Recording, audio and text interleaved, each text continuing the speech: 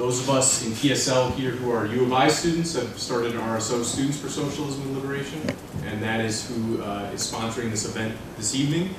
The PSL believes that capitalism brings with it deepening crises such as imperialist war, environmental destruction, racism, and the only solution for these deepening crises is socialism. And we advocate for the socialist transformation of society. One of the most pressing issues, as I mentioned, is imperialism around the world. That is the economic and military domination of other countries by the United States, most notably. This is still continuing today. We do hear a lot about it in the Middle East or South America, but we don't hear as much about imperialism on the African continent. And that is the reason we wanted to host this panel. It's intended to be a learning experience for all of you and for those of us in the PSL itself. We have two faculty members, Lou Turner Cansalo from the Department of Urban Regional Planning, Karen Alahu, who's a political activist and member of Black Students for Revolution, and Koni Utolazaga, who is a PhD candidate in the Information Sciences Department. We also, we want to hear, these people are dedicated a big portion of their lives to fighting against imperialism in Africa and for the rights of African Americans as well. And we want this to continue beyond this room. We don't want it to just be a one-time informational session and everyone goes home. We want to think about what we can do as a community to keep educating the public and take direct action. So I'm going to pass out a little survey, and it's just 3 questions. And you can write your name and email if you want to get more involved. We're planning on having a movie series about Africa. We're going to be watching a documentary that's put on by Al Jazeera, and probably a documentary from 2014 concerning violence about the work by Frantz Fanon. And I want to get this out to ask people what they know about Africa, what they think we can do, and also to give their information if they want to get involved. Also, outside of African imperialism, we also have to deal with imperialism everywhere else too. And particularly, the U.S. is currently threatening Venezuela. And the PSL is planning on going to Washington, D.C. on March 16th to protest against this possible military intervention. PSL branches from all over the country are going, and everyone is welcome to come with us. So we have a flyer that has more information, as well as a forum that we're doing in 2 weeks on March 2nd about Venezuela. And anyone is welcome to come with us to DC on March 16th, and anyone is welcome to help fund us for the gas and possible rental van. And there's information to our GoFundMe as well in there. So I'm just going to pass this around. I'll probably do 2 in each side. Just want to pass those back.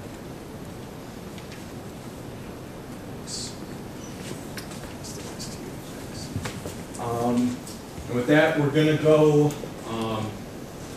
Is the microphone on, Ashley? Yes. Okay. We're going to go about 20 minutes for each speaker. They're going to be covering different geographical location of Africa, and then we'll have time at the end for question and comments. So with that, I'll pass it off to Turner. You'll stand up? Okay, cool. Yeah, it's the next slide. Yeah. And there is a microphone. I sound pretty. Okay. Hopefully I can be as loud. Okay. Everybody can hear me? Or do I need to use a mic?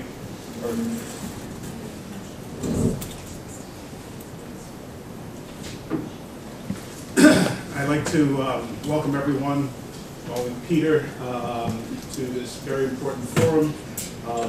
and we want to lead off, maybe say a little bit about why we are here discussing the subject that we are. But I wanted to begin with a quote from Frantz Fanon. I'm a Fanon scholar. I'm doing a book right now. I should be doing rather than being here. but I wanted to start with this quote from Fanon, and then I'll explain a little bit about where the quote comes from.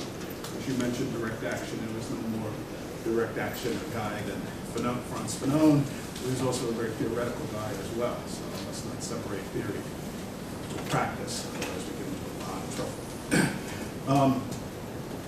The specter of the West, the European tinges, was everywhere present and active. The French, English, Spanish, Portuguese areas remained living. Oxford was opposed to the Sorbonne, Lisbon to Brussels, the English bosses to the Portuguese bosses, the pound to the franc, the Catholic Church to Protestantism or to Islam, and above all this, the United States had plunged in everywhere, dollars in the vanguard, with Armstrong as herald and American Negro diplomats, scholarships, emissaries of the voice of America. And then there's a little break, and then he has this, which is somewhat the subject matter of my talk. Fanon says this: colonialism and its derivatives do not, as a matter of fact, constitute the present enemies of Africa. In a short time, this continent will be liberated. For my part, the deeper I enter into the cultures and the political circles, the surer I am that the great danger that threatens Africa is the absence of ideology. He wrote this in the summer of 1960. It's in his notebook, his field book, as he was involved in a reconnaissance mission to try to open a southern front from Mali up into Algeria. The French had actually had an electrified fence on the Moroccan border and on the Tunisian border that prevented supplies getting into Algeria. And so, quite frankly, the internal struggle inside Algeria was being repressed by the French very successfully, and there was no arms that could get into the interior to help them. So essentially the ALL, the Algerian Liberation Army, remained pretty much out of the loop during most of the revolution, and so essentially suffocated. So Fanon had the idea, since he was in the leadership of the FLN, of coming through Mali, through the south, and crossing the Sahara to supply arms to the interior of the revolution. And it would have worked, quite frankly, and Mali had signed off on it. It was already pissed off at the French, you know. And so, but it didn't happen because of the contradictions within the FLN, the revolutionary organization. You just never forget that. So that's why I say don't separate theory from practice. But, so this actually comes from his notebooks. He's traveling through Mali, and he's writing his notes and scouting out the area to find a route. And as he says, the more he enters into the political circles, the surer I am that the great danger that threatens Africa is the absence of ideology. This is before most of the African countries had actually gained their national independence. He was one of the first people to talk about neo-colonialism, the reversal of national independence and whatnot. And so that's a very significant part of the context of what my remarks are. So what are we here to do? Tonight we'll focus on the growing, though often stealth militarization of the African continent. We will proceed regionally from North Africa to the Great Lakes, from West Africa to Southern Africa. We will begin with an overview of the conflicts that the United States considers security threats, including the tendency of the U.S. to engage in what they call threat aggregation. Threat aggregation lumps together unrelated events based on shared political, ethnic, or religious identities. We will discuss the effects of post-World War II decolonization on the continent, somewhat, and its place in the geopolitics of the Cold War, especially in the context of national liberation struggles. Moving forward, we will also cover the modern era of globalization and the so-called war on terror, and how these have affected the continent. In particular, how U.S. military interventions impact African countries, not only with empirical information about development in these areas, but with discussions of the theoretical political frameworks required to discuss what actions can be undertaken to stop this militarization. The new scramble for Africa, the DRC, I believe we're going to talk about later on. I just have a few comments. The new scramble for Africa. Neoliberal global capitalism's economy is built on places like eastern Congo's Kivu province, where the so-called conflict mineral coltan is mined. Coltan is a conflict mineral exploited by both the global electronics devices industry and armed groups who traffic in it to fund campaigns, sometimes by slaving communities to mine the minerals. The area on the border between eastern Congo and Uganda is the focal point of coltan mining. Coltan is short for columbite tantalite, from which the elements niobium and tantalum are derived. Columbite contains niobium, and tantalite contains tantalum, the mineral used to manufacture batteries for electric cars and tantalum capacitors used in electric products. Tantalum, according to its purity, functions in tantalum capacitors to increase the storage capacity of capacitors and batteries. The greater storage of polarized electrical charges of a given voltage increases the speed of electronic processing. The trajectory of capitalist information communication technologies revolution makes the high-tech imperialist securitization of the coltan resources a major objective of capitalist globalization. According to the U.S. Geological Survey Mineral Yearbook for 2009, Africa represents 67.7% of tantalum mining in the world, with the DRC having 18.6%, Rwanda 25.4% alone, accounting for 44% of tantalum production in the world. You have no cell phone without this. No tantalum, no global electronics industry. Thus, the stealth militarization of Africa and the very visible conflicts, even the so-called African World War, is what the new scramble for Africa looks like. Africa and the return to primitive accumulation of capital. The UN projection of global population growth in the urban densification identifies Africa to be the fastest growing region in the 21st century as both China's and India's population growth stabilize. That the world population will hit 11 billion by 2100, and that 80% of the world population will live in cities, means that the information communications technology double as a dominant mode of production and consumption. That is, the greater the growth in the world's population, the more reliant we will be on ICT production, both in terms of as a means of production, also in terms of means of consumption. That's why you order on Amazon or Google and whatnot. It also works both for production. I do a lot of work in the use of ICT in the area of technology in industrial production, but on the other side, in terms of consumption, it operates as well. Therefore, when we discuss the militarization of Africa, the U.S., the West, and state capitalist nations in the East, we need to understand the material stakes involved. If we extrapolate beyond our old capitalist carbon-based production framework to its new ICT production framework upon which the so-called green economy, let's bring that in, green economy depends, we would confront the unsettling reality that the green economy is also no panacea. So long as it still develops on a state capitalist basis. With the militarization of Africa, let alone other conflict areas around the world, from Afghanistan, where coltan reserves were discovered, to Colombia, where the FARC traffics in coltan, for funds as well, to Venezuela, where significant coltan deposits were discovered during the Chavez period, underneath our radar, as a reason for what's happening, let alone, obviously, Venezuela has the largest petroleum reserves in the world. We have once again returned to what Karl Marx called the primitive accumulation of capital, or the new ICT green economy age.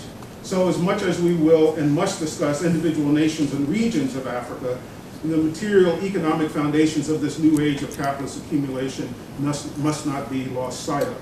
And whereas other areas where the exploitation of strategic minerals like coltan have been underway in the 21st century, the differences between imperialist incursions into nation states versus the imperialist scramble for an entire continent. The stealth militarization of Africa has severely disadvantaged anti-imperialist organizing, not only because the historical neglect of Africa by progressives, but because U.S. strategic aims are deployed continent-wide and on a stealth basis. The deadly dialectic of terrorism and imperialist militarization. Algeria. First we did DCR, now we go to North Africa, Algeria. With 60% of Algeria's revenue coming from oil and LNG, liquefied natural gas, mostly to French, Spain, Italy, Turkey, and U.S. oil companies. Algeria's Sonatrach, the state-run hydrocarbon corporation, 11th largest in the world, explores for, extracts, and processes oil and LNG. It is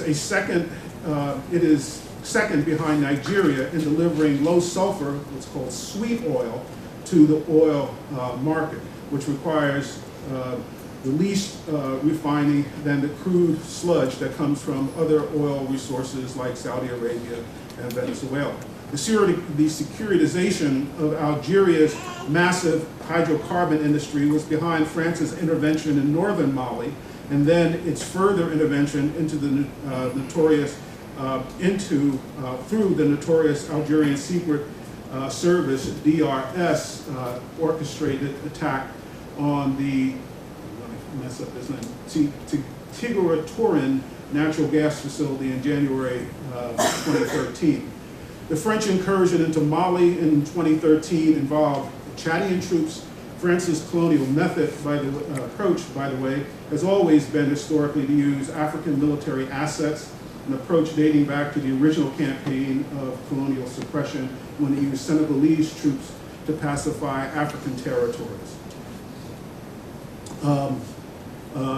The DRS infiltrated Islamist groups and stoked Algeria's fratricidal dirty war in the 1990s, which left 200,000 Algerians dead. One of the strategies that actually forms an interesting collusion with the U.S. Military interest is that the secret service force in Algeria, which infiltrated Islamic groups, actually orchestrated these attacks in order to bring in the French and also the Americans. So there's always a game, but then there's a game within the game. So we have to be smart about both of these kinds of things. The military logistics behind Africa's urban revolution.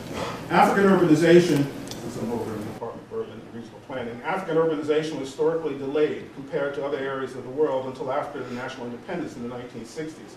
That is, it is with post-colonial Africa that urbanization of the continent's population became densified in towns and cities at a massive rate, while also producing more towns and cities than almost any other continent. With 40% of its population urbanized, although it's only 44 million according to 2011 data, Africa is projected to have 50% of its households living in cities by 2030. Along with the urban planning challenges of Africa's urban revolution will present, its cities will be a major focal point of sovereign conflicts, civil wars, and civic conflicts, which will each determine its own relationship to militarization of the continent. Sovereign conflicts are wars that involve the intervention of transnational, often Western military actors into interstate conflicts, or Western interventions in places like Somalia. Civil wars are conflicts between organized armed groups within the territorial boundaries of the nation state, for instance, the Rwandan Civil War or the Second Sudanese Civil War. Civic conflicts are violent confrontations that are distinct from formal warfare, but instead represent expressions of social grievances against the state, capital, or other social groups, for instance, anti-immigration pogroms, labor strikes, anti-corruption campaigns, protests against lack of services, etc. Each of these conflict types, sovereign, civil, and civic, found in Africa's urban and regional context in the post-colonial 21st century, has elicited military interventions from the West. As Frantz Fanon observed at the beginning of the era of African independence, what must be avoided is, above all, is the Ghana-Senegal tension, the Somalia, Ethiopia, the Morocco-Mauritania, the Congo-Congo tensions. In reality, the colonized states that have reached independence by the political path seem to have no other concern than to find themselves real battlefield with wounds and destruction. It is clear, however, that this psychological explanation, which appeals to the hypothetical need to release pent-up aggressiveness, does not satisfy us. We must once again come back to the Marxist formula. The triumph of middle classes are the most impetuous, the most enterprising, the most annexationist in the world. Not for nothing did the French bourgeoisie in 1789 put Europe to fire and sword. Africa and the U.S. globalization of war. The sovereign conflicts at the end of the 20th century, especially the defeat and withdrawal of U.S. military forces from Somalia following their mistaken calculation that military operations in Mogadishu would go like those in Iraq and Afghanistan cities, made Western powers reticent to intervene in Rwanda, mostly under the auspices of the UN. Different urban forms have different logistical requirements that U.S. military hubris blinded the Pentagon to. However, the urbanization of security is the current strategic posture of U.S. African military partnerships that come under the AFRICOM deployment. U.S. military presence across Africa in 34 countries. Headquartered in Stuttgart, Germany, AFRICOM, the African Command, which brings together a half dozen different U.S. command structures, is responsible for U.S. operations, including fighting regional conflicts and maintaining military relations with 53 African nations. It covers every area of Africa except Egypt, which comes under U.S. Central Command for the Middle East. Defense Secretary Donald Rumsfeld had plans drawn up to implement AFRICOM in 2006, which was authorized by President George W. Bush in 2007 when Robert Gates became Defense Secretary. Djibouti hosts an AFRICOM base of 2,500 U.S. military and civilian personnel. According to the DoD talking points, AFRICOM was not established to counter China's growing presence on the African continent, but as a counterterrorism response. It also, AFRICOM is also a State Department project with an integrated military and political civilian command structure. For those of us who study revolution, particularly in the Third World and Africa, the civilian, the political, military structure of many revolutionary organizations is a hallmark. That's the way it was in Africa, that's the way it was in China, a lot of other places. So that the idea was that the political determined which way the gun was pointed, military. And it's funny how, it's interesting how AFRICOM actually operates on that same structure. That, again, AFRICOM is not simply the U.S. military, it is also the State Department. It actually came under Hillary Clinton, the two coming together like that.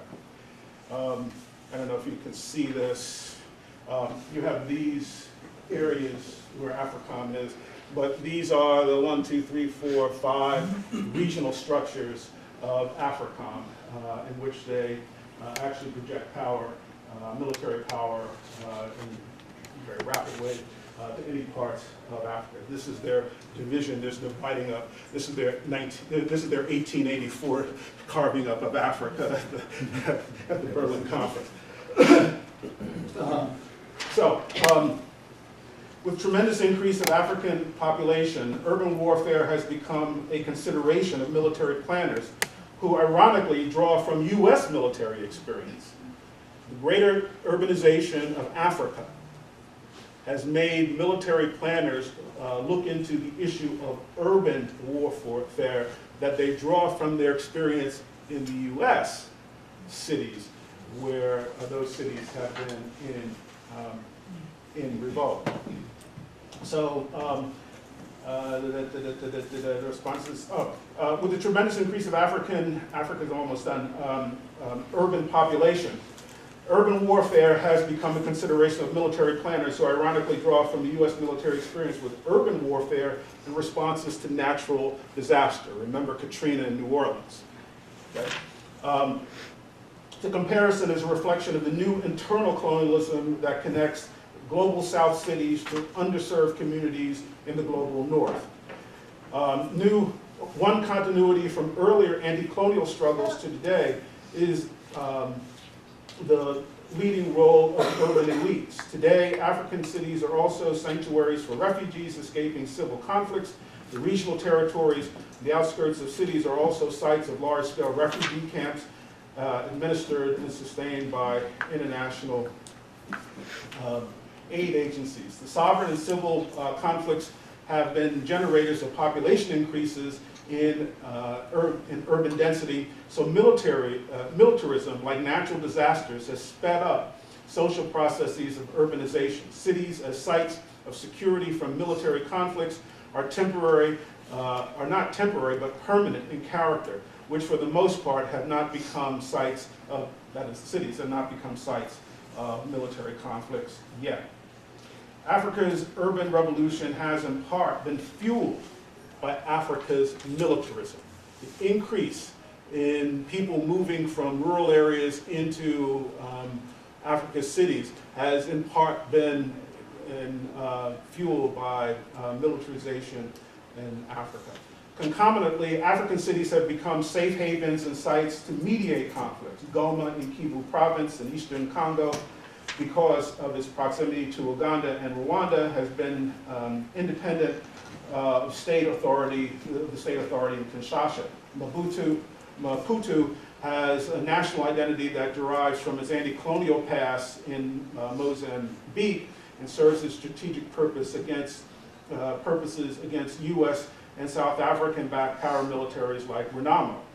Kigali, as the liberated capital and center of authority of Rwanda's Patriotic Front, is being developed as a model city, so-called, in Africa. Each of these arose out of military conflicts and are examples of post-war urbanism in Africa. AFRICOM's concentration of military bases are in North and West Africa, as well as the Horn of Africa. That's where the major bases are. These areas, and now the move is into the Great Lakes and East Africa. These areas have seen the most drone attacks and low-level commando raids that from time to time become exposed, as when 4 U.S. commandos were killed in Niger in October. There are 800 U.S. troops currently stationed in Niger. The military coup in Gabon in early January followed the Trump administration's announcement that it is sending troops to Gabon because of the situation in the DRC following the elections. My last section is called the Killmonger Doctrine.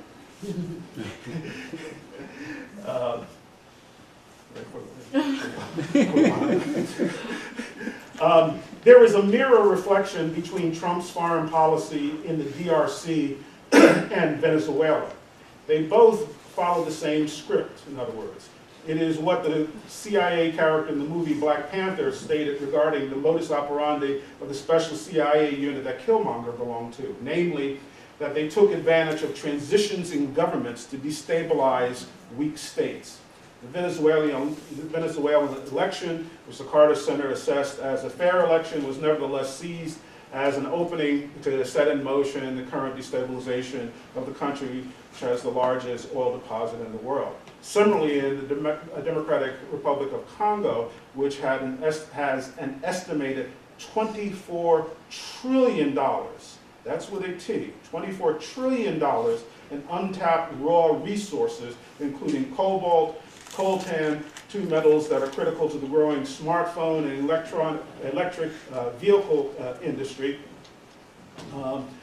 is also the focus of this kind of strategy.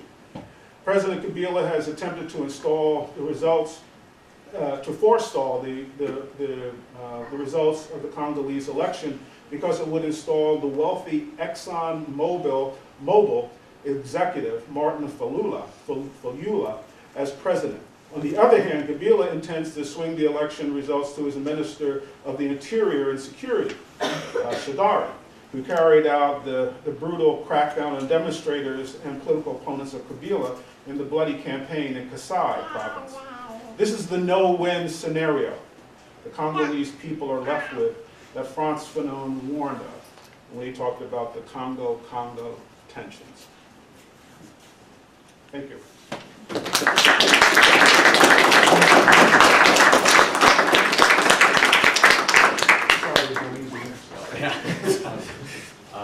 Thank you very much. Next up, we have Ken Salo. Do you want to come up here too, or? Yeah. Okay. Okay. Hi, good evening. How's everybody doing? Okay, so I was expecting the tour de force that Lou just shared with us, so I'm going to try and be a little bit more pedagogical. And I think Lou has laid up for us the broad scenario, and I think each of the remaining speakers was asked to talk about a regional perspective. So for my sons, I grew up and lived through 1976 in Southern Africa, which was, perhaps some of you will recall, the generation of the Soweto rebellion, revolt, and we were inspired by a very famous philosopher, revolutionary by the name of Steve Biko. And maybe one of the quotes you might like to think about that we grew up on was in relation to the topic today. Biko said many things. Well, one sometimes frivolous thing people argue or we like to share in South Africa, Biko was on trial and the judge asked him, so why do you call yourself black when you have a brown skin? And his retort was, well, why do you call yourself white when you have a pink skin? Anyway, but more important than that was Charles Biko, in his conclusion to I Write What I Like, concludes with this line that the greatest gift that Africa will need to share with the world is a more humane face, to government and to great innovation. That still remains in many ways. It's an echo of the Fanonist project, that of more what my colleague Lieutenant would have as a more humanitarian forms of Marxism. The idea that we have to produce something new. So I'm still help you to think through. I think there's a strong possibility that new humane forms will emerge from continents where we suffered, the most brutal forms of depression. So that's just by way of the African context. The other thing, February the 28th, for most South Africans, my age, which is going to be in a couple of next week, will remain more or less unforgettable because we woke up to the underground press. There was a heading from in some of the underground press that said, Quito Carnavale lives on. All right, so this was 1988. Now, Quito Carnavale is a small little town southeast in Angola. All right, and the South African Defense Force, southeast, there's a little river here, the Carnavale River. It's of course a Portuguese-speaking territory. But the significance of Quito Carnavale was the place where, the Cuban military, with the assistance of the Revolutionary Armed Forces of Angola, for the first time turned back the mighty South African Defense Force. All right, they didn't defeat them.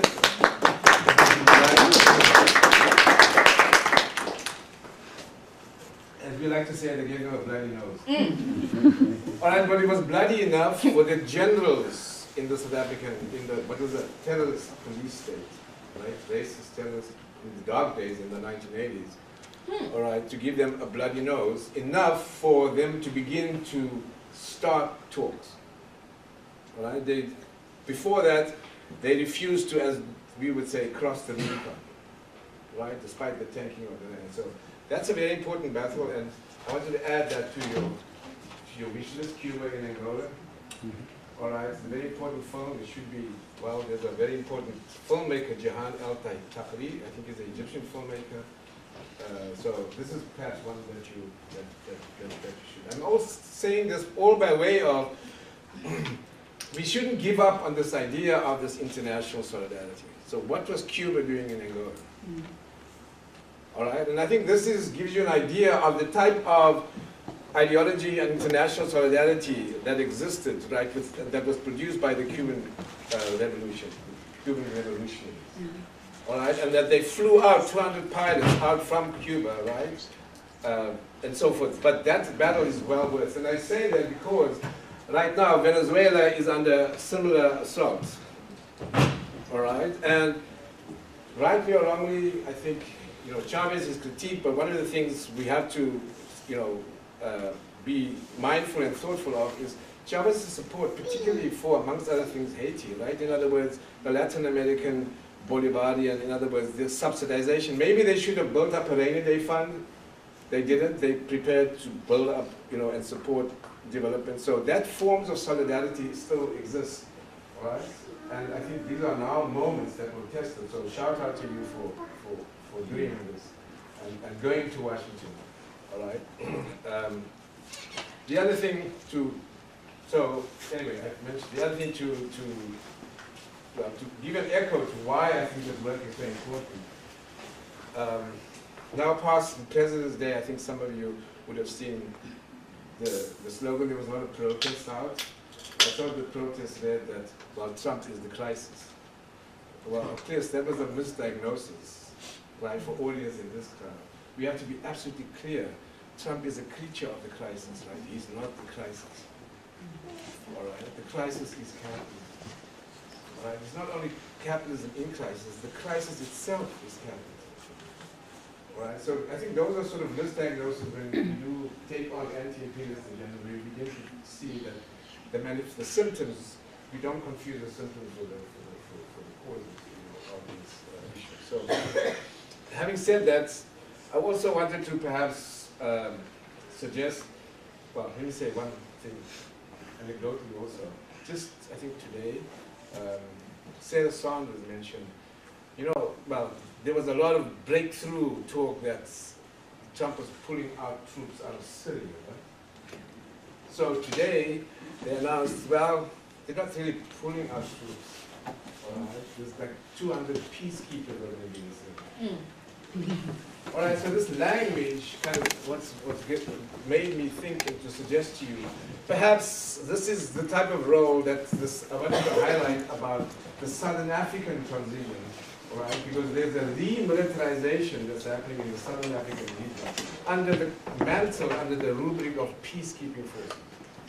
All right, there's almost about 2,000 South African National Defense Force now in the Democratic Republic of Congo keeping the peace.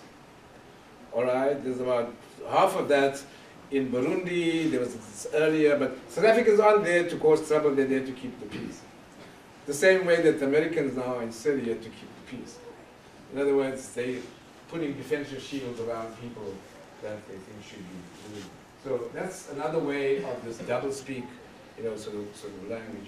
So what I want to suggest is that also perhaps to give us a better picture of how we need to be thinking not simply just about militarization in terms of the form of military institutions, but Lou mentioned this idea of militarism, which is this culture.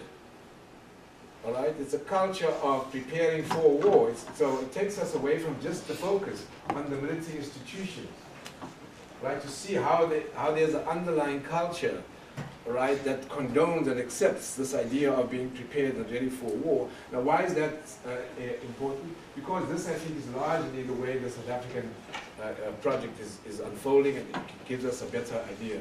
So, I mean, in that analysis, what I'm trying to say is that the USA, for example, doesn't if you want to have a military-industrial complex, the USA is the complex. Right? I mean, it's not so, you have to look at it much more in terms of the privatized institutions, because this is part of what's going on within the South African experience. So I wanted to share two things. So, from the South African perspective, a lot of, now, how do you go from, you know, this solidarity by the Cubans, which, by the way, the first person that Mandela visited, all right, when he went on his foreign tours, was Fidel.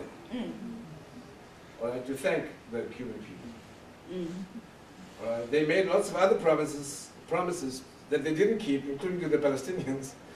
All right, but right now, for its own, you know, I think, brownie points, South Africa withdrew its ambassador from Israel. Right? So this is perhaps, you know, the little that is still salvaged within that condition. But let's turn back. So how do you go from that victory, right? Of course, a lot happened subsequent to that, which is the Cold War, and so I don't know how many of you noticed, but how these new Cold War neocons are being recycled. All right, and it's the same playbook. What's his name? Elliot Abrams. All right, and they're being celebrated now. So it's the same, right? I just came from another talk earlier on. I hope some of you were there on the 40th anniversary of the Iranian Revolution, right? Which is also important. So how do you go from that to the current post-apartheid South African state?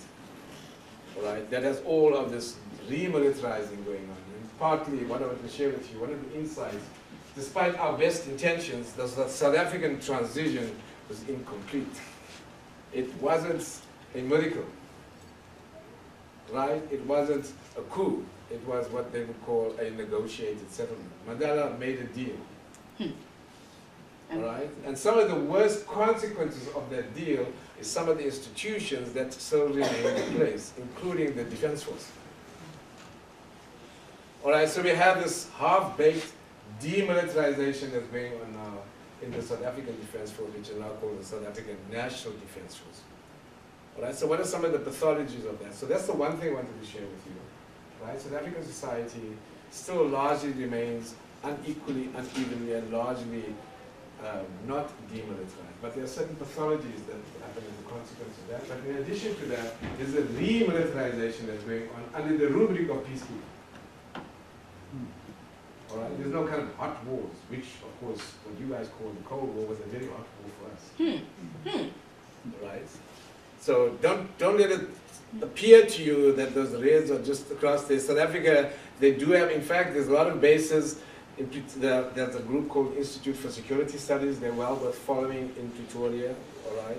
But there are a lot of, sort of Israeli Defense Force and South African mercenaries. They seem to be doing things, a lot of things, you know, together. So anyway, let me just, so I was going to mention, though, so from the Southern African perspective, all right, there's a sort of militarist culture that is working on two pivots. One is the demilitarization, the unequal and uneven demilitarization. And that's being manifest in several ways. I'll mention two or three, just for the sake of time. But then there's also the remilitarization, which is the kind of key that I think is of relevance for this evening's talk. So what happened in the South African, so how is South Africa being demilitarized? Well, what is the failures of the South African transition? In particular, the state demilitarization. I want to suggest there's an article I can share with folks if they're interested, that cogently argues that what's happening is this demilitarization is taking place in three areas, and it's giving birth to something that the author calls sort of privatized militarism. In other words, it's under the rubric, it's not state, but it's more outsourced. All right, the sort of mercenary, and it's happening in there are three elements to that, three related elements. So the first, they argue, and this is, I mean, I can suggest it's well worth thinking through again, because I go back and forth to South Africa, I have conversations with my colleagues. The first, they argue there's a new forms of sort of violence in South Africa. All right, a new sort of, new forms of violent conflict.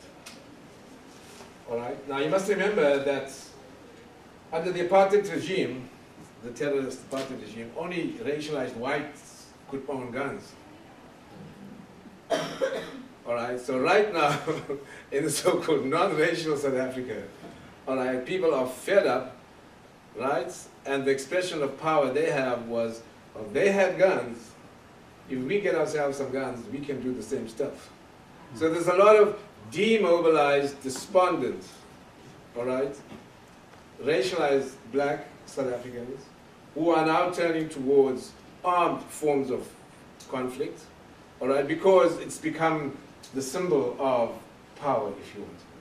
So gun-related homicides in South Africa are shooting through the roof.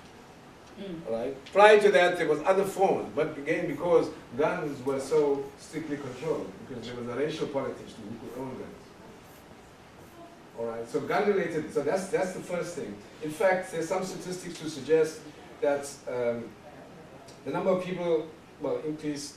So gun-related crimes. The UN survey suggests that of the 69 countries that they surveyed, South Africa is one of the highest firearm-related homicide rates in the world per 1,000 people, second only to Colombia, all right, where robbery with firearms and stuff. So this is on the increase, all right, small arm, firearm related. And this is something new, post-98, if you want to.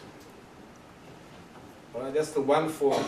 So people who aren't buying any longer into the kind of politics of reconciliation, because they see there's no material redistribution that follows with that, they're just going to organize their own redistribution. All right, they now understand the power of guns, especially small arms. So that crime is going through the roof. So there's new forms of conflict.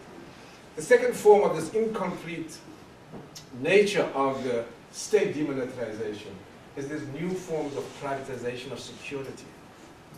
All right, so the securitization industry in South Africa has gone through the roof. It's the fastest growing industry, employment sector in South Africa. Right? It's private armed guards. All right, it's fairly new. Well, mainly also because the citizens have lost their capacity, right, or their faith in the state to protect them. All right, so we're going to get ourselves some on. This is,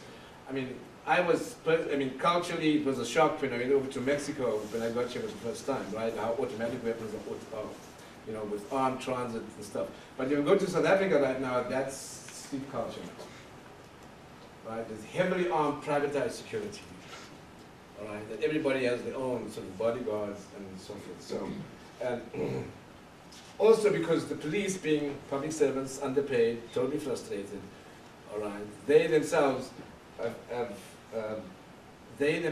not only are unable to control it, but they have become the source of criminal violence. Right? I mean, there's this level of frustration because they come from if you want to, the marginalized lower classes. Okay. I mean, I can run through the statistics, but I think I'll just make the point that privatized security and vigilantism in South Africa is on the rise. All right? Because people don't trust the state, they've lost confidence, all right? And we're going to just take care of business ourselves. All right?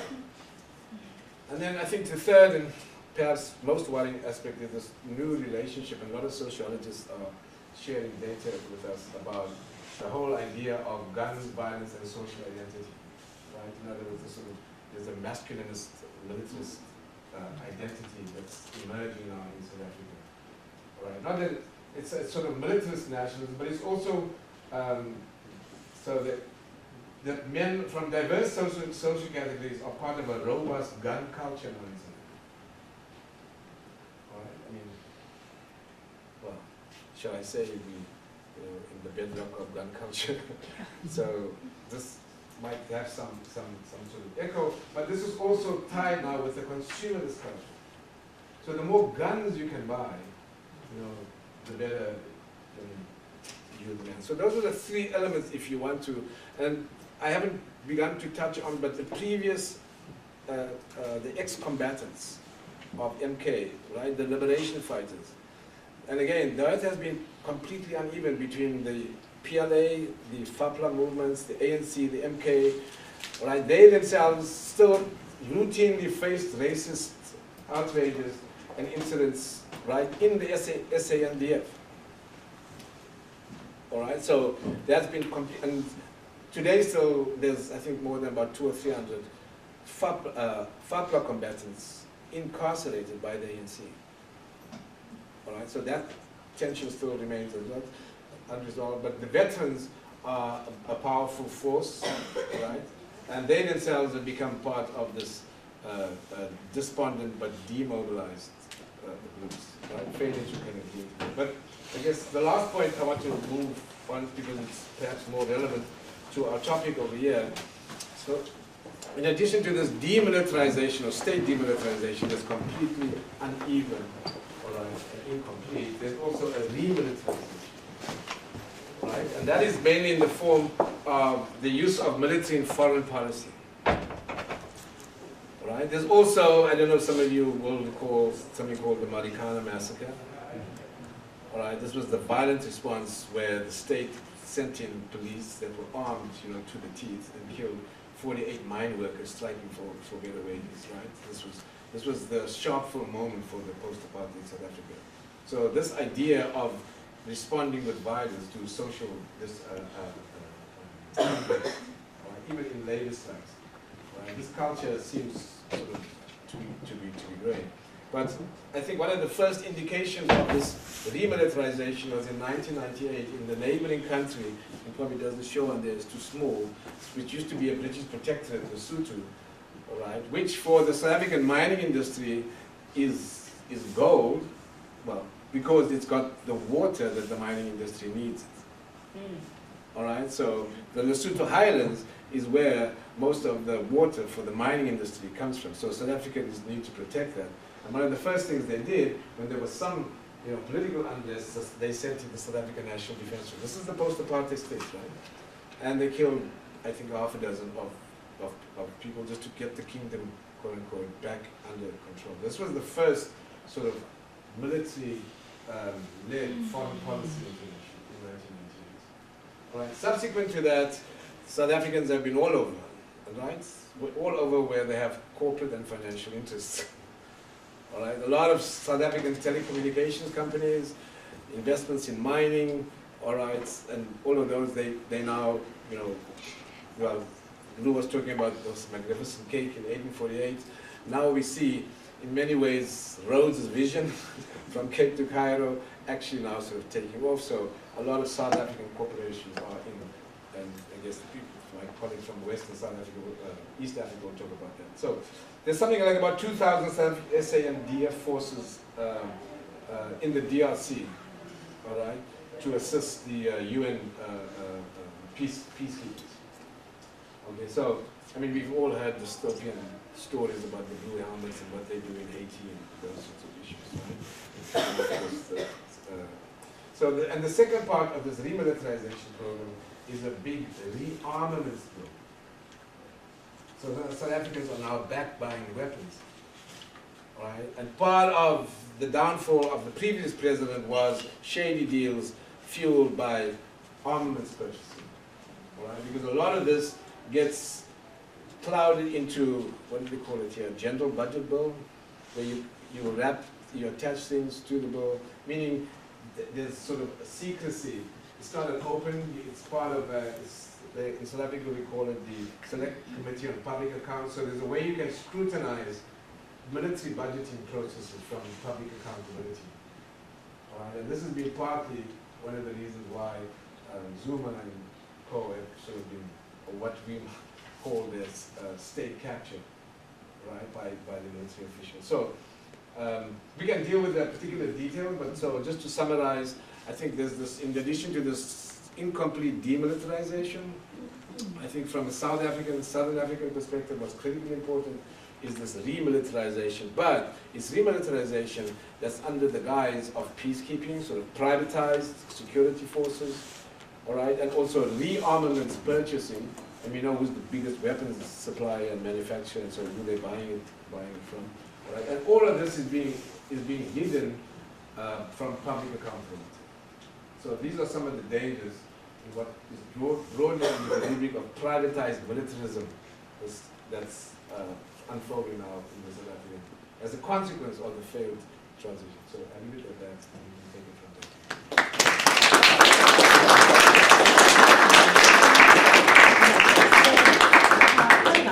I think I'll stand. Since everybody started standing, I'll stand too. I'll probably stand here. So first, Ayo! Yo, black! We good? You know that! And then since y'all looking kind of like a little like tired, I'm gonna ask you to turn to your neighbor. And you don't have to do this if you don't feel comfortable and if it's not true for you. But just to like liven everybody's spirit, turn to your neighbor and just repeat after me. So turn to your neighbor, look at one another. I hope y'all brush your teeth. And say, I am a revolutionary. A revolutionary. Come on, y'all. That is not inspiring at all. Can you do it again? I am a revolutionary. A revolutionary. And I didn't make that up. I borrowed that from my friend, my comrade, Fred Hampton. And he was assassinated by the Chicago Police Department over 50 years ago.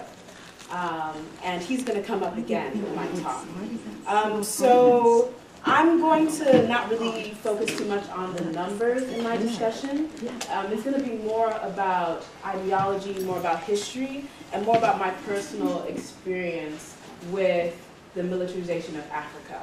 And so I'm going to try and spend 5 minutes on the history, 5 minutes talking about African America, 5 minutes talking about contemporary conditions on the continent and in African America, and then 5 minutes discussing a solution to the militarization of Africa.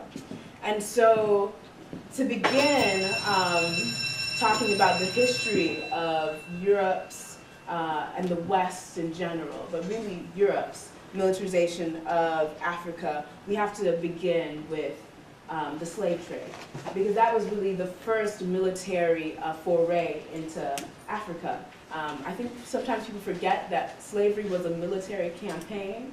It required violence, it required force. But even when people think about slavery as a military campaign, we forget that you cannot just go to any place and slaughter the people. You can't go to any place and kidnap people's children and ship them off to slave labor camps. You have to first convince the people doing the dirty work, which were overwhelmingly poor Europeans. You had to convince them that this was indeed righteous work, that this was necessary and this was good. And so the militarization of Africa, it began with ideology. And that ideology was supported by, of course, the elite of Europe, at the time, European monarchy, and hand in hand with European monarchy support of the enslavement of Africa and the colonization of Africa was the church. And so recently all these things have been coming out about the Catholic Church and pedophilia and child abuse and raping nuns and all this stuff. And it's like, well, they ain't changed much. The Catholic Church has been on this for centuries. I don't see why we acting like we're surprised. And so, of course, the Pope, I don't know what year, gave his blessings that indeed trafficking in African flesh was good business and, in fact, God's work. And he gave his blessing to the Portuguese and to the Spanish and so on and so forth. And I think what we also forget was that Africa was a very developed continent. It was very sophisticated scientifically, politically, militaristically. It was sophisticated. And that it wasn't, people weren't just, I don't know, running around crazy. And that when the Europeans came, they came under the auspices of trade. We're going to trade in goods and services, in fine fabrics, in fine metallurgy, and that they weren't, when they began trade with Africans, they were actually very impressed with the things that the Africans brought to the table. The Africans didn't just bring other Africans, they brought fine sculptures and metalwork and technology, and the Europeans indeed benefited from that, and that's where a lot of Europe's military technology came from, scientific discoveries that came from Asia as well as Africa. Where am I on terms of this 5 minutes of history? And of course, the enslavement of Africans starting, I don't know in what century, but we'll just say starting in the 1400s, the late 1400s. It was crucial to the development of capitalism in Europe, but also in North America and South America. Without the enslavement of Africans, capitalism would have never become as robust as it eventually became. And that, of course, enslaving Africans was very bloody, very brutal work, and that it's estimated that for every African captured, 3 or 4 Africans had to be killed in order to take even one African. And so this was very bloody work that required a lot of military strength. And more than just military strength and brute force, it required military tactics. So one thing I will give to Europeans, certainly the European elite, is they are very good at making war. They're very good at it. Y'all are very good at it. Congratulations. And so divide and conquer was a very, very important military tactic. So sowing discord amongst different nationalities, different ethnic groups, different kingdoms, exploiting old wounds, and using that to the European powers' benefit, but also using things that we don't often think about, using things like drugs. We think about it when we think about the Native Americans, alcohol being used as a ploy, but alcohol was also used with Africans as well. And also things like biological warfare. So we don't really think about that, but things like smallpox and measles were also used on the African continent in order to weaken the African nation's military force. And so, of course, I have to talk about African America. So we'll just talk about it as the colonized African people on this continent. A lot of times people want to separate African Americans and Africans throughout North America and South America from Africans on the continent. But of course, they are our stolen siblings, our stolen cousins, and they are subject to the same kinds of brutality here that we are subject to on the continent. And so when we think about things like mass incarceration, we really need to understand that these prisons they're concentration camps. I mean, people are being sexually assaulted by prison guards, people are being worked to death, people are freezing to death in their cells, people are being pushed into scalding showers and being burned to death, people are being tortured. Weird experiments are happening.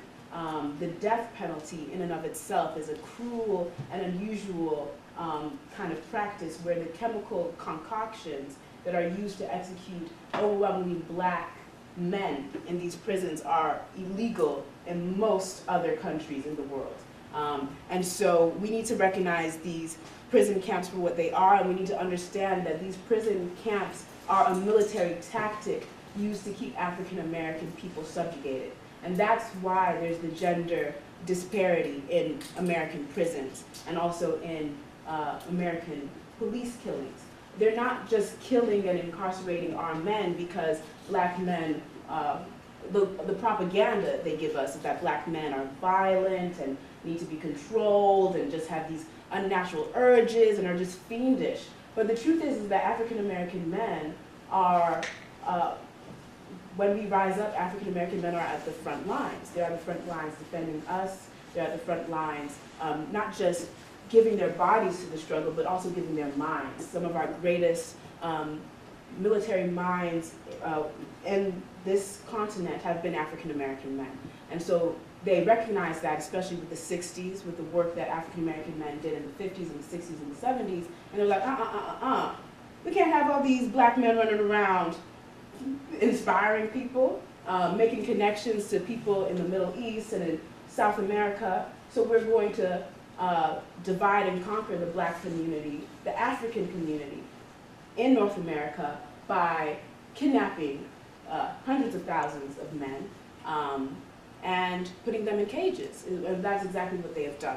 So we need to recognize mass incarceration as a military tactic, as well as the shootings, but also things like food deserts. Food deserts aren't natural. I mean, the only food desert that is natural is, like, I guess, the tundra and the actual desert.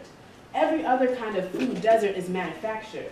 And of course, depriving people of nutrition is a military tactic. I mean, you want the conquered people to be deprived of good food. I'm also thinking about things like drugs.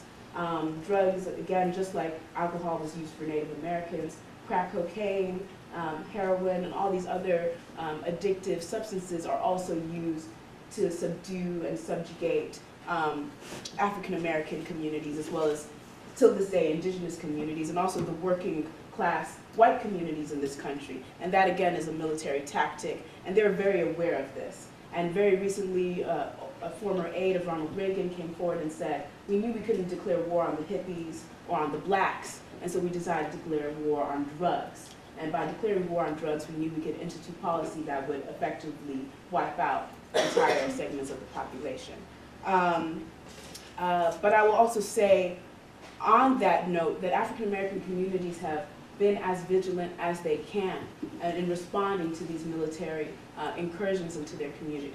And so scholars like Huey P. Newton, scholars like Stokely Carmichael, and many others have written extensively about how African American communities are internal colonies of the United States. So just because African American communities are within North America, it doesn't mean that they're not colonies. The ghetto is a colony, it's manufactured, it's not natural. And we see African Americans suffer from the very same ailments that Africans on the continent suffer from. Unnaturally high mortality rates of infants and of mothers, drug addiction, and things like that. So going to the contemporary period, the first real shock that I experienced in this country regarding U.S. militarism was watching the Ferguson uprising. And I was a freshman at that time, and I remember seeing on screens these tanks rolling down the streets of a town in the United States, and seeing little black children like 12 years old, 13, 14, 15, like putting their hands up and trying to repel these tanks from their community. It was quite disturbing and quite alarming. But that is the contemporary face of U.S. militarism. And of course, the militarization of the police is a military tactic. And it's connected, of course, to capitalism and the military-industrial complex, where capitalism produces excess goods, and all these arms manufacturers needed someone to sell their goods to. And so, since the U.S. military is so swollen and gluttonous, they had to begin to sell them to American domestic police officers. And so now we have domestic police departments having things like robots that can explode, and, drones, and they're making legislation now to allow these drones to have non-lethal weapons.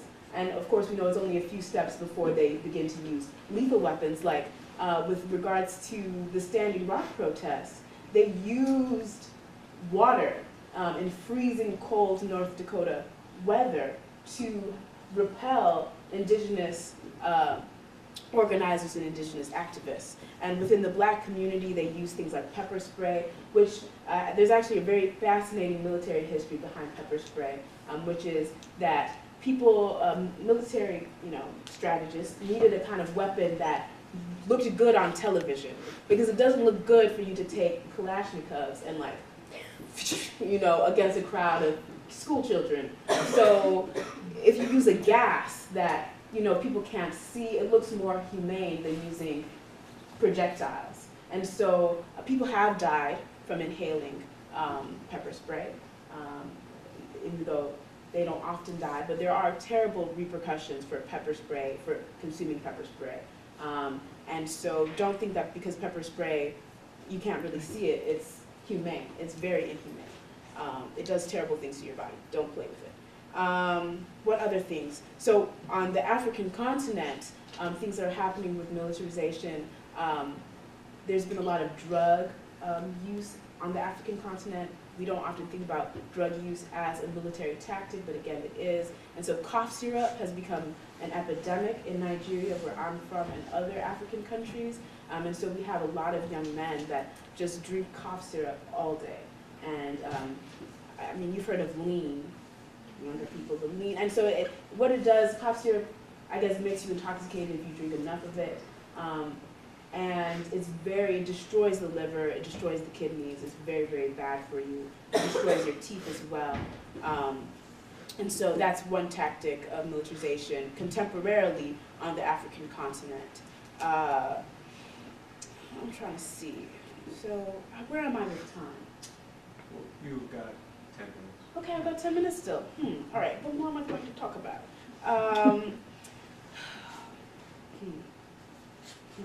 All right, so I'm going to bring out this book. This book is called How Europe Underdeveloped Africa. It's written by Walter Rodney. Walter Rodney was a brilliant scholar from what country? I can't remember. He was from the Caribbean. Guyana. Absolutely brilliant. They had him assassinated, which is what they do to brilliant Africans. He wrote this book, and so I just want to reference a few of the observations he made in this book. And so, again, when people think about why Europe is interested in Africa, a lot of times people think about the oil, the cobalt, the uranium, which is in Niger and other countries. But it was also for things like palm oil, for chocolate, for rubber. It was also for the things that grow out of Africa's soil. And so he spent some time discussing Unilever's complicity in American militarization, and honestly, militarization of all European forces. And so Unilever produces soaps, but it also, I think, is involved in margarine production, and it's incredibly labor intensive. And you cannot subject people to that kind of labor without use of force. And so he spent some time discussing how brutal and violent soap production is, and how militaristic tactics are necessary for capitalistic soap production and capitalistic butter, and margarine production. And that things that we often don't want to think about, but things like how the atomic bomb that was used to destroy Nagasaki and Hiroshima, that the uranium for that bomb came from Africa. And also something that has really been on my heart recently has been the struggle of the people of Yemen. And so when we think about contemporary issues of militarization, people forget that there's a lot of experimentation going on the African continent. So before you use a weapon, you have to test it. And the best way to test weapons is on human beings, because that's who you're interested in seeing if it's effective or not. You also have to test the weapons on real buildings. And so the people of Yemen have been subject to all sorts of strange experiments that we don't even know what is going on there, where things that have never happened in Yemen before, where things aren't growing out of the ground anymore after having been bombed with some of these weapons. And so we have to be very vigilant of the, not just arms testing, but also the biological weapons testing that's happening on the African continent. So I'm going to spend the last 5 minutes kind of touching a little bit on how this affects us, being in Champaign, being at the University of Illinois, and also on solutions. So I don't know how many of you know, but the University of Illinois is very involved in the military-industrial complex. It's one of the reasons why we have so much funding and why we have such a robust engineering college. And it's also one of the reasons why our undergraduate library is underground, actually. It was, when they were building it, I can't remember when they started building it, but there was concerns that all this information might be attacked. And so they decided to build the undergraduate library underground to protect that information. So even things like the fact that we have one of the greatest libraries, the largest libraries in the world, is tied into military research and defense spending. And then also things like the internet, things like GPS technology, all these things that we use every day, the funding for them came initially from military research. And so those of you who are in the sciences, but also the social sciences, you need to be very vigilant about how your research is being used and how your labor is being used. Because oftentimes our labor and our brilliance is being used to further some of the most barbaric practices ever seen. And so I'm going to spend the last few moments talking about solutions. I am a staunch Pan-Africanist. Some people have talked about how Pan-Africanism is out of style, is no longer useful, but I believe that Africa won't be free, the African continent, or me as a Yoruba woman living in a place now called Nigeria, but I don't know, that's the British name, I don't acknowledge that shit. But won't be free until every African person is free. And people forget that Venezuela, most of Venezuela looks like me, or might be a few shades lighter, but Venezuela is a very African place. So is Cuba, so is Brazil, so is so much of South America, and so much is Chicago and Baltimore and Oakland. And so I believe that in order for any of these places to be free, all Africans have to be free, and the only way we're going to be free is if we wage revolutionary struggle. And revolutionary struggle can only be sustainable and effective if it has a land base. And African Americans have done their best to wage revolutionary struggle here, but y'all just outnumbered. I love y'all. I love us. But y'all just outnumbered, and so if you have Africa supporting you, you have a much better chance of actually liberating yourselves. In terms of, for those of you who aren't African, there's always been a long tradition of people throughout the world supporting liberation struggles and standing against militarism. I was shocked when I was on Twitter a few days ago, and Jeremy Corbyn, he's somebody from the United Kingdom who's important, and Jeremy Corbyn shared a video where there were just thousands and thousands and thousands of people marching through the streets of London. Was it back in 2001 or 2002, right before Bush declared the war in Iraq? And I was shocked because I don't recall seeing any news that there were just thousands and thousands and thousands of people in the United Kingdom saying, let's not do this. We don't want to go to war in Iraq. And so that kind of activity is very, very important. That kind of organizing is very, very important. And we need people from Scotland and Ireland and all across the world to stand up and say no to the military machine. Because the military machine does consume your own children. And those are the children that don't come back in caskets, come back broken, with all kinds of depressive issues, mental health disorders, drug addiction, and nobody deserves to be put through that, especially not our children, which is what usually happens is we send our children to these just terrorific, just, I can't even describe them when they're 19, 20, 21. And no sane society does that to its children. And so if you don't think that the militarization of Africa is your problem, I'm here to tell you that it is, that it will eat your loved ones, just like it is trying to eat my loved ones. And that together, through organizing, through intense study, we can save our children and our grandchildren from this machine. So, and before I round up, there's going to be an event hosted by the Speak Truth Collective, and I think Black Students for Revolution is co-sponsoring it. It's called The Ballot or the Bullet, and it's going to be at the IMC on Sunday. And we're going to be talking about Malcolm X and his famous speech. So if you're interested, please show up. What time? It's going to be from 1:30 to 4, I think. And that's it.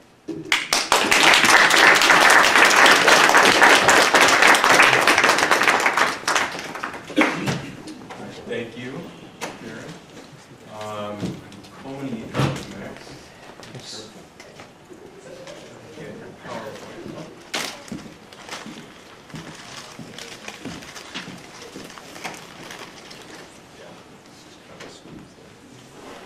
Do you want a microphone?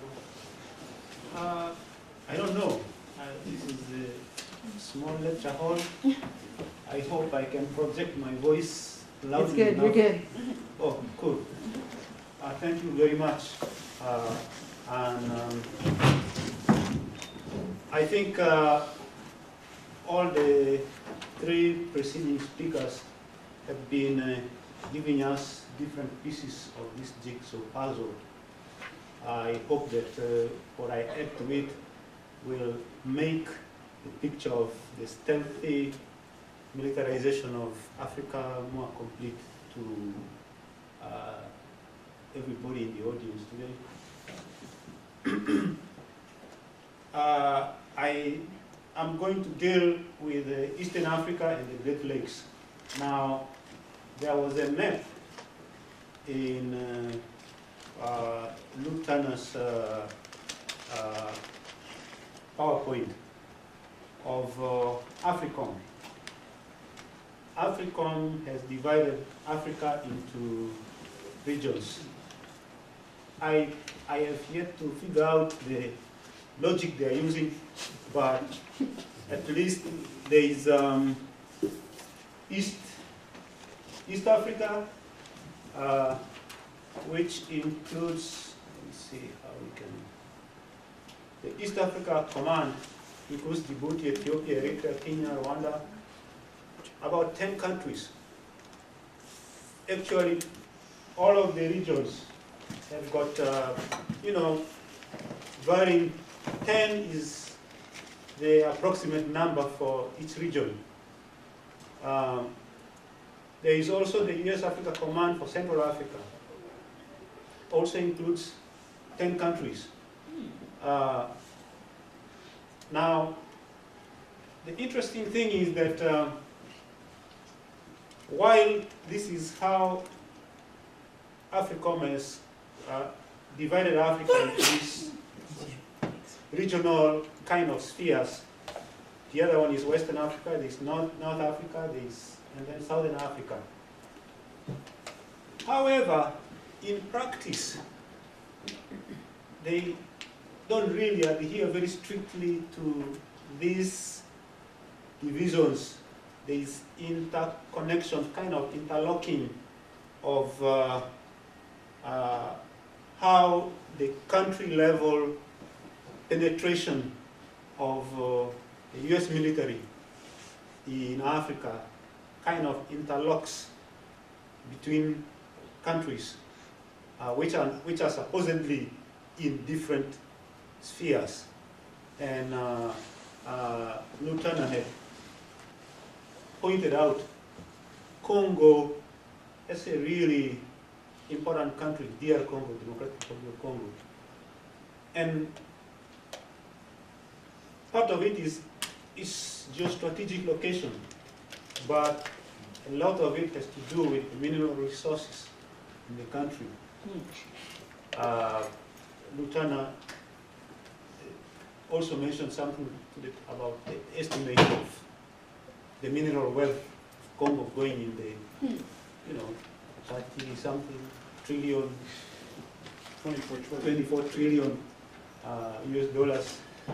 So you see a situation in which the geostrategic control of Africa has become very important for US finance, or you could say digital capitalism at this stage of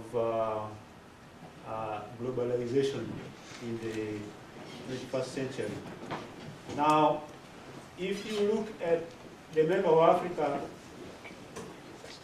obviously this represents what the Europeans thought was important in terms of getting resources from Africa to the African continent. But beneath this arbitrary division of Africa, there are also geographical, natural features that kind of influence even how AFRICOM operates on the ground. There are some very fine journalists who have done good work in covering the US military in Africa. I would think of Nick Turse, Jeremy Scahill, and Ragi Omar. I think Ragi Omar is actually even more insightful than Jeremy Scahill and Nick Turse, partly because he's African, born and raised in Somalia, but when Somalia imploded, his family went to England, so he ended up going to school, to university in the United Kingdom. and he has worked for a number of international media organizations, including the BBC and also Al Jazeera of late. So he's done really great work, a series of documentaries that he's made on AFRICOM specifically, but I'll get back to that later. Now, so in practice, the Central Command, not Central Command, but the Central African and the East African spheres of AFRICOM's operations are interlocked. And they are interlocked through what we would call the Great Lakes region in Africa. This includes Congo, it includes Uganda, basically all of those countries of the East African sphere of AFRICOM that I had showed earlier, plus Central Africa, DR Congo, and Burundi. So this sphere, one of the overriding purposes for the United States involvement in that region is the threat aggregation that really came up as a consequence of Somalia's implosion. Somalia basically imploded in 1991, and it hasn't been able to, I mean, it has not been possible to put it back together. Now, there is a longer history of US involvement in the Great Lakes. This is a really kind of sketchy timeline, but it gives you an idea. Between 1885 to 1908, King Leopold II of Belgium, this small European country, woke up one day and said, we are being left out of the game. So what do we do? And he starts getting a piece of the action by, that was the era of exploration of Africa. So he gets hold of Henry Morton Stanley. Now, the interesting thing about Henry Morton Stanley is that before Leopold got hold of him, he was hired by the New York Herald to cover like a lot of interesting explorations that were happening in Africa. Now, the US elite have, of course, even many ordinary people are of European origin. There is the close links, cultural, economic, in terms of political ideology with Europe. So even then, the United States was following, the elites were following fairly closely what was going in Africa, the scramble for Africa. So Henry Morton Stanley, journalist slash explorer. Then later, that's how King Leopold heard about him, and then grabs him and says, hey, we need a piece of the action. Go to the Congo. We want you to cover as much territory as you can so we can claim it. And it was really a huge, this was, by some coincidence, it happens to be one of the richest real estates in Africa. And from then, Congo has really never been the same. Now, 1909 to, sorry, this is a mistake, 1909 to 1910, there was a Smithsonian Roosevelt mission to the Great Lakes. This was President Teddy Roosevelt about to finish his term of office, and they have this project of him leading an expedition. It was supposedly a scientific expedition, but there was a political element to it that at the time was downplayed, because this is really how America now gets to be interested in looking at the Great Lakes, what it has, flora and fauna. So a good deal of this was collecting specimens of animals, birds, but also, you know, kind of minerals or geological formations that would be interesting for US scientists to study. So for 10 months, Teddy Roosevelt and his mission were roaming. This was still colonial days. Africa had been totally colonized and divided up. So the expedition starts from Kenya, they go to Tanzania, they go to Congo, they pass through Uganda, end up in Khartoum, in Sudan. I believe they also reached Ethiopia. So they basically covered what today is the Great Lakes region. And interestingly, the linkages between white supremacist groups in the United States and the white settlers in Africa is also demonstrated by how some Americans, white Americans, volunteered and went and fought in Kenya when the Africans rose up in the Land Freedom Army to end European settler colonialism in Kenya, but it was brutally repressed. So some of those who helped to repress that uprising were white Americans. Now, 1961 to 1962, but also, let's say, continuing indefinitely. There was the Congo crisis, where the Belgians were not happy with Patrice Lumumba's administration. And so, through mercenaries, the US Embassy running interference, and CIA operations, things came to a head, and push comes to shove. Colonel Mobutu Sese Seko, who was groomed by the CIA, takes over.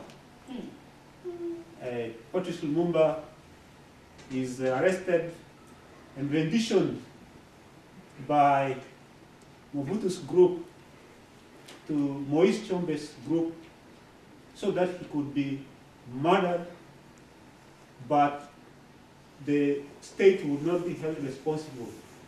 And in the middle of this, of course, the US they were having their communications and all that. Now, another significant event in the Great Lakes was the 1977-1978 Ogaden War. This was a war between Ethiopia and Somalia. This war was part of the consequence of the United States and the Soviet Union fighting proxy wars in Africa in that era. And they kept switching allegiance. At one point, the US was supporting Ethiopia, and the Soviet Union was supporting Somalia. Flipped. US was supporting Somalia, and then Soviet Union was supporting Ethiopia. But it was a brutal war. A lot of people died. And then 1992, 1993, Operation Restore Hope. I'm sure most of you are aware of the Hollywood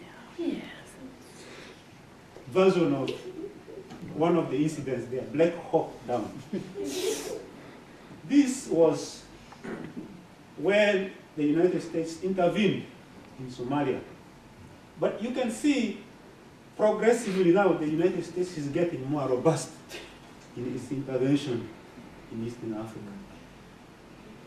Through proxies to real American boots on the ground in 1992-93. And they have never really left since that time, although officially the US withdrew when the situation became too sticky. Now, Somalia became really a failed state, partly as a result of all of those proxy wars that led up to the Ogaden War in the Horn of Africa. And then the Somalis, through their own initiatives, were trying to put back their country together. It didn't have a history of very good state institutions because, first of all, the Italians and the British, who had ruled those two territories that came together as the independent Somalia, were not really after putting institutions, viable institutions that could make this state to be independent, sovereign, and really able to take care of its needs. So when things broke down in the 1990s, Somalia is a almost 100% Muslim country. So mosques are ways in which communities organize. But to America, anything like Islam is red flag before a bull. Now, what happened in between 1994 to 2007 is that the Islamic courts were gradually organizing, opposing the warlords, because Somalia broke down into warlordism. Now the United States was, of course, doing surveillance.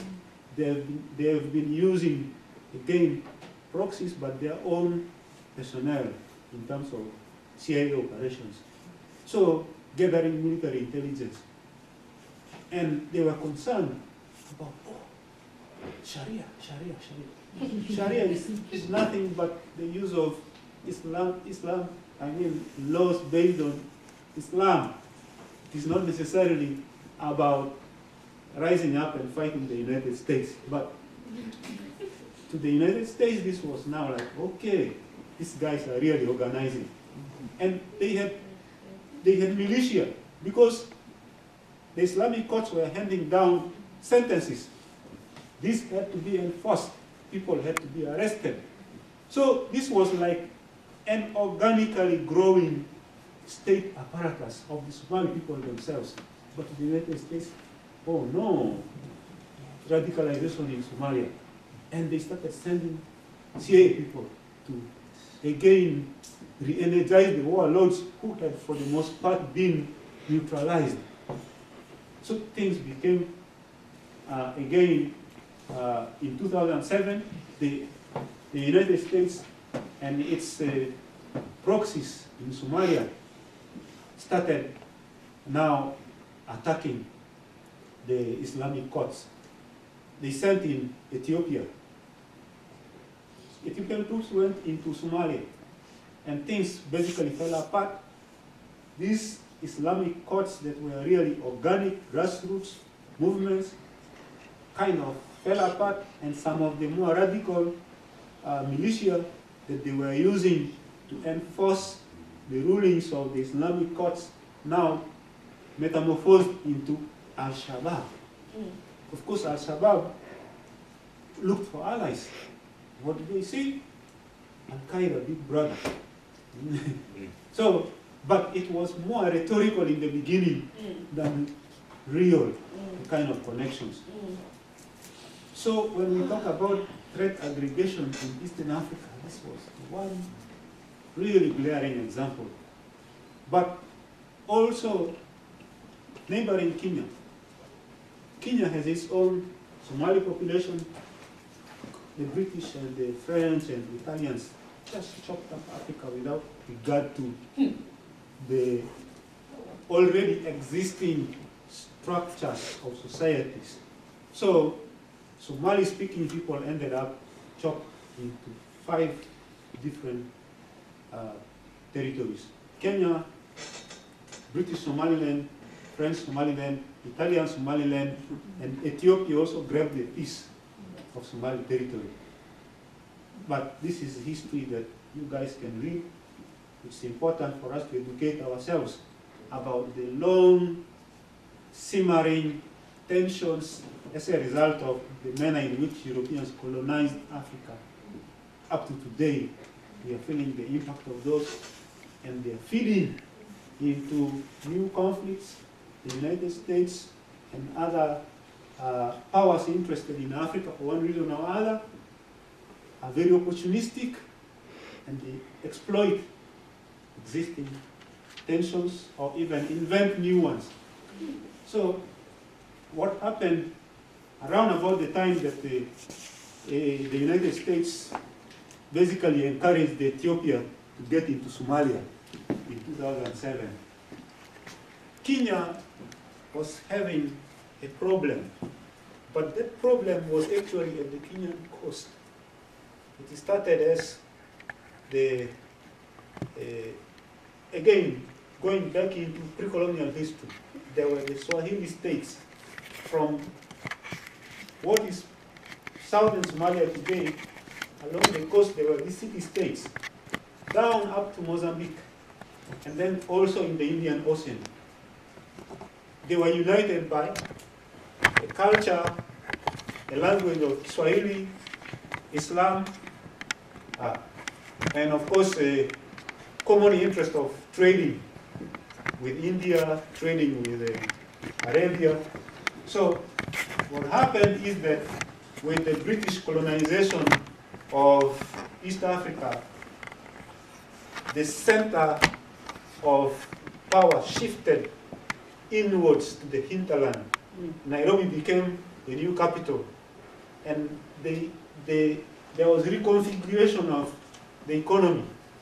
So the coastal parts of Kenya kind of fell into decay. And for up to even after independence, the situation continued, and the coastal peoples really became unhappy, and they started organizing. Of course, again, like Somalia, these are communities that are Muslim, almost 100%. So the mosques are places where people meet every day. Muslims pray five times a day, and they will go to the mosque, talk about whatever is happening. So, again, America. Now, the interesting thing that I forgot to mention is that in the Cold War era, the United States had already started putting military bases. They were not calling them military bases, naval facilities. On the Kenyan coast, America had it, Britain had it in Mombasa, even Germany had it. So they have always had this presence, and every time they do this, they are going to be doing surveillance and espionage. So US Embassy, all US embassies include CIA operatives. Of course, they do their usual work. Now, they are saying, oh, there's militant Islam also coming up at the coast in Kenya. Of course, the Kenyan government talks to the US embassy officials, and we are concerned about this happening because these whispers are happening. Before you know it, the Kenyan militaries and the police are cracking down on people in Mombasa, in Lamu, all those coastal states inhabited by the Swahili-speaking Muslims. They fell under siege. Oh, of course, Muslims have their world, the Muslim Ummah, which includes all Muslims all over the world. So, as a result, they appeal for help. And there is a certain level of radicalization as a result of what the Kenyan government is doing at the behest of the United States. And then what happens is that there were a series of attacks by radicalized youth who said, we really don't want this thing going on. Maybe we should even break off from Kenya. After all, we were a separate state. We are part of the Sultanate of Oman, which was being governed from Zanzibar. So this history, again, points to what happened in the pre-colonial days, leading to colonization and then independence, shifting of allegiances, territories changing hands from one colony, from one colonial power to the other. So this is where now Kenya, in the end, joins also Somalia, against the advice of all African, let's say, geostrategists working at the African Union. Please, don't go into Somalia. They went into Somalia. But of course also there was economic incentives, military operations to restore hope in Somalia, again to try to crack down on Al-Shabaab, very lucrative. So many African countries are trying to get a piece of the pie. Principally Uganda and Rwanda deployed heavily in Somalia. But Kenya also wanted to get a piece of the pie. Of course, Museveni, the president of Uganda, who has been in power for 32 years now, is a key ally of the United States. Most of the things that the United States military does in the Great Lakes, but in the hinterland, let's say, leave alone Somalia, happens through Museveni. AFRICOM has got what are called lily pads. Apart from Camp Lemonade in Djibouti, they've got these lily pads. I mean, it's a nice metaphor because a frog on the water is going to jump from one lily pad to another. So they have these lily pads, and Uganda has several of them, but they're also in Rwanda, they're in South Sudan, they're in Kenya, they're in Tanzania. One important thing, one good resource, this is how we educate ourselves. If you look at the diplomatic cables that were published by WikiLeaks, Thank you. of what is going on in the Great Lakes, you really get the scheming by US embassy officials in all these countries. I'll give you one example. Tanzania has been a country whose military has a history of leading African liberation. In fact, they're the ones who trained all those guerrillas, or most of those guerrillas, who went on to fight and successfully liberate Mozambique, Zimbabwe, Namibia, Angola, South Africa itself. However, the United States, at the time that it was now gearing to announce AFRICOM, it was quietly trying to look for headquarters and allies, and Tanzania was approached. But all the military generals in the country said, no, we don't want to cooperate with the United States. We don't want a relationship with the United States. We were founded as a liberation army. This is our mission. And up to the time that President Jakaya Kikwete came to power in the mid-2000s, the Tanzanian army was resolute. They didn't want anything to do with having any military relations with the United States. So now, the embassy people were busy talking to politicians in Tanzania. And then they identified Jakaya Kikwete. Even before he was sworn in as the next president, they knew that, okay, this is the one who is the leading candidate, and they started cultivating him. And so they said, this is what we want from you. So what does he say? Don't worry. I'm going to retire all those generals who are opposed to the US military having a relationship with Tanzania. Again, this goes back to what the lieutenant said about the absence of ideology in Africa being the greatest danger to Africa rather than colonialism. And lo and behold, Tanzania also becomes captured in the era of Jakaya Kikwete. Yes. I want to leave a couple minutes for questions. Sure. Do you want to just a couple minutes to Conclude, finish your thought? And let me conclude. Let me conclude.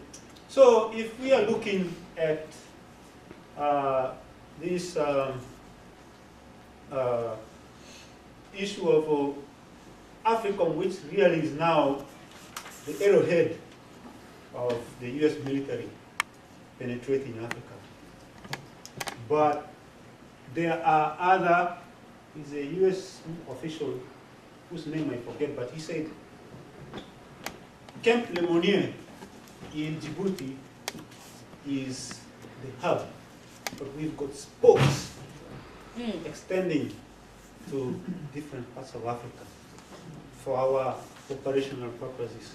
So we need to educate ourselves about what this looks like on the ground. And I really, really recommend Ragia Omar's series of, what do you call it, documentary. Specifically on AFRICOM, he goes to so many places where AFRICOM is active. And he goes to Uganda, he goes to Rwanda. It's a big challenge for us as Africans because we've been compromised, and that lack of ideology that Frantz Fanon had identified as a big issue is actually really not playing against us, more progressive or radical Africans, because it is very difficult to organize. However, organizing by groups such as yours that have the correct ideology can help build new networks of solidarity, because the resistance to AFRICOM basically collapsed in both the United States and Africa, and for reasons that I can't get into here now, but I hope this is the beginning of more interactions between us. And there is a lot of work to do, but we must be informed. Thank you very much.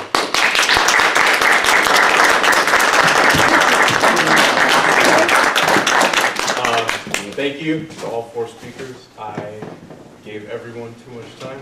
I'm sorry we ran over. I want to leave time for questions and comments, but I would also be interested in seeing what you all filled out in your survey, and of course, if you want to get involved with more things going forward, leave your email and name. But with that, does anyone have questions or comments they would like to ask or raise to anyone on the panel? I have a comment. Karen?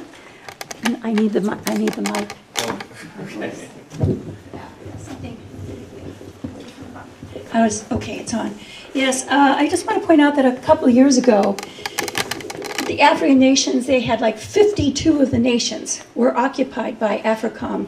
And as of the end of 2017, when Zimbabwe had a coup against Mugabe, suddenly they have an AFRICOM presence there. So that's now 53. Eritrea was the last holdout, a supposedly socialist nation, very small, vulnerable nation if you look at where they're at. They now have, as of last spring, a presence of the UAE with a military base, and they're using that base now to bomb Yemen. So I think this is important.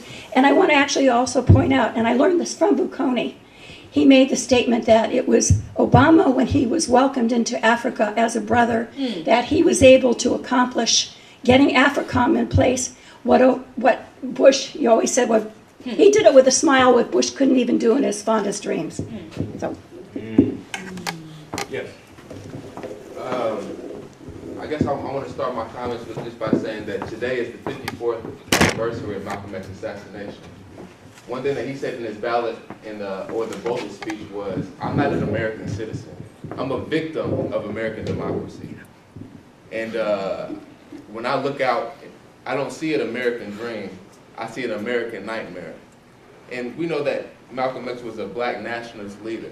Now, with U.S. Marxist groups, I don't see as much support for domestic black nationalist struggle as I do see U.S. Marxist groups support the nationalist struggles on the continent. So I guess my question specifically for Lou and Karen is, what is the modern relevancy of black nationalism within the Pan-African liberation struggle, freedom struggle? And I guess what advice would you give to domestic leftist groups in supporting domestic black nationalist struggles, if we are an internal colony, if we agree on those terms?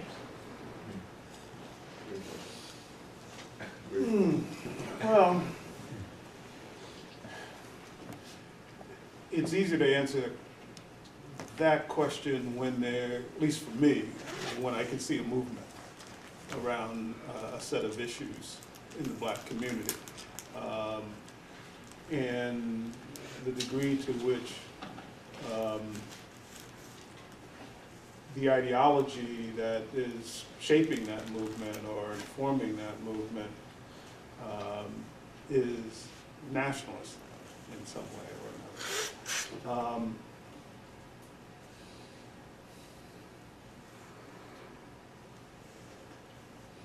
I mean, I can think of different places around the country where there have been movements, such as in Jackson, Mississippi. There were some elements in Baltimore that I know of. Detroit has had a long history of that.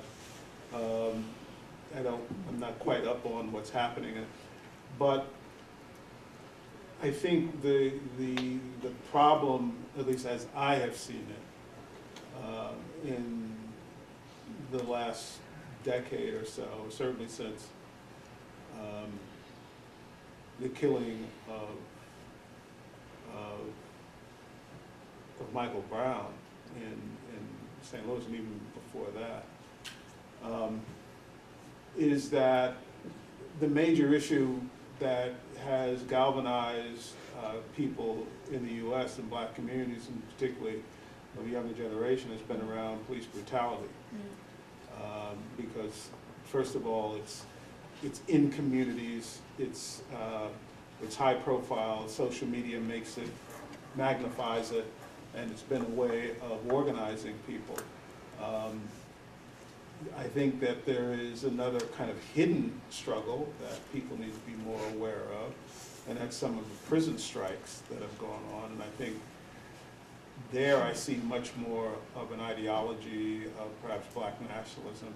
But the kinds of police brutality issues that became organized, frankly, and I don't know where people stand on it, I don't know, but at least from my point, I think Black Lives Matter hijacked it, and it became kind of part of the liberal wing, of the Democratic Party. And as we know, the Democratic Party is a graveyard of social movements. So I've seen it.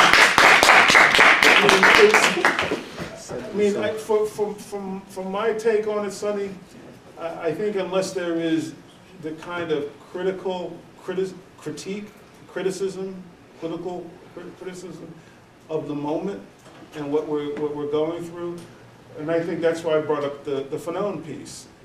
It wasn't just that you have an ideology, but an ideology has to function in a very active way as a theory, as a critique, and as a constant kind of self-reflective critique on itself at times, and whatnot. I mean, I just finished reading a book on Eldridge Cleaver and the Black Panthers in Algiers. And man, you're talking about some mistakes and mistakes of you here. I mean, unless there's going to be that reckoning within the movement, I think anything that arises risks being captured again, whether it's Black Lives or something else. And I think that there's got to be that.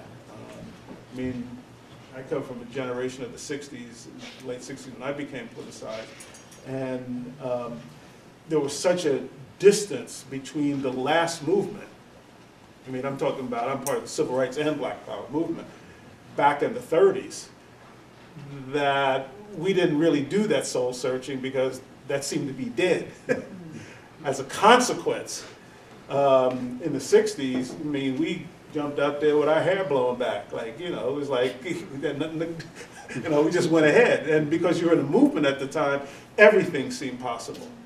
You know, you're in a revolutionary movement, and just everything seemed possible. I mean, our thing was, you know, be like Frantz Fanon, struggle forever and die young and make a beautiful corpse and shit. So, that, I mean, it just seemed like we would, and I think we did, change the world, certainly in this country.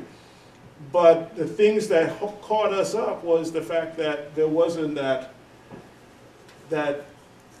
reflective critique of what had gone before and the mistakes that we made, that were being made in the movement. So while you have to be active and mobilized and whatnot, I mean, some of the stuff that I've read and was part of was there were some serious people doing some important theoretical and critical work at the same time about the nature of capitalism. I mean, you got to know, I teach community engagement over urban planning. I said, before you can do community engagement, you got to engage the issue. You got to know something about the issue. Otherwise, what you bring into the community is, you know, a lot of air and atmosphere. You know, I mean, you have to have something that you're bringing. And I think, as I found throughout my life, that the community accepts that. They want to know what you're bringing and whatnot. You go through these halls of higher learning and whatnot, come with something. You know, help us. I mean, that's what I get. But because other than that, I can see a group or cadre of people who are already committed to it, and that's cool and whatnot. But until you get into the masses in the community and the issues that they're dealing with, and I think the police abuse thing and the police killings thing was one such moment. And there was a moment to really, which brought together a new generation with the community, and there was the prospect of a movement. But that ideological capture, that, you know, now we're back to, you know, the Democratic Party and, you know, the Green New Deal and stuff like that. I know everybody likes it, but come on. But yeah, that's the way I see it. I think it's difficult. If there's a movement that arises and it expresses itself in no uncertain terms, in terms of a black nationalist ideology, I'm down with it. But I got to see it, because so far, you know, these liberals and the Black Lives Matter have had, have hijacked that moment. Did you want to add to it, Karen? Real quick, I'm going to try and be really quick. I think black nationalism for our struggle in the United States is incredibly relevant. I know people like to paint all nationalism as white nationalism. White nationalism is white nationalism. And I think that black nationalism is going to be an important step to Pan-Africanism. Right. And it's incredibly necessary. It's like you cannot begin to run until you learn how to walk. And black nationalism will be black communities in this country finally walking. Stokely Carmichael would say that it was very difficult for young black people to convince African Americans to stop calling themselves Negroes. It was a very difficult conversion process. To have black people start calling themselves black, it was very difficult. But he also said there's no such place as black land. But if you ask a white person, where are you from? They say Germany, Scotland, Ireland, Great Britain, and these are places. But there's no black land. And once African Americans stop calling themselves black and start calling themselves Africans, well then, we'll almost be free by then. And so, of course, on our way to black nationalism, we have to convince one another that you're African. You're not black, or, you know, you're black.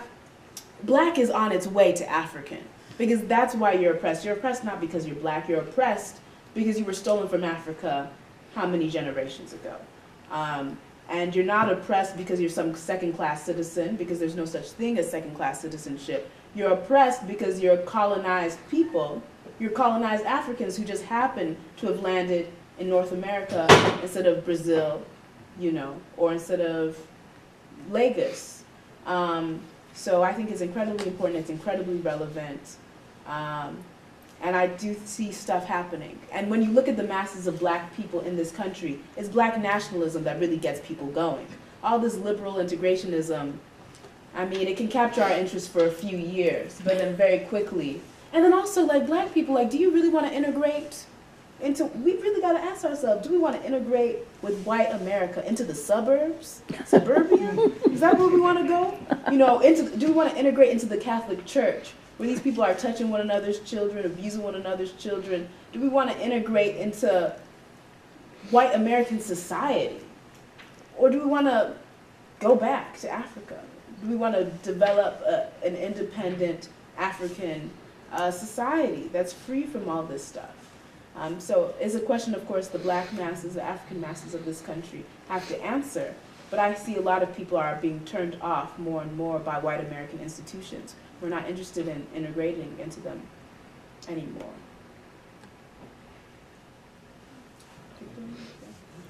Question. So I see what you're bringing up also is, what's the relationship between Marxism and self-determination? And I think that, you know, I don't know, in America, I guess I want to ask people here, what's the relationship between African self-determination and Marxist movements? And do they necessarily need to go separately? Or what's the future of self-determination for African people? I can answer that really quick.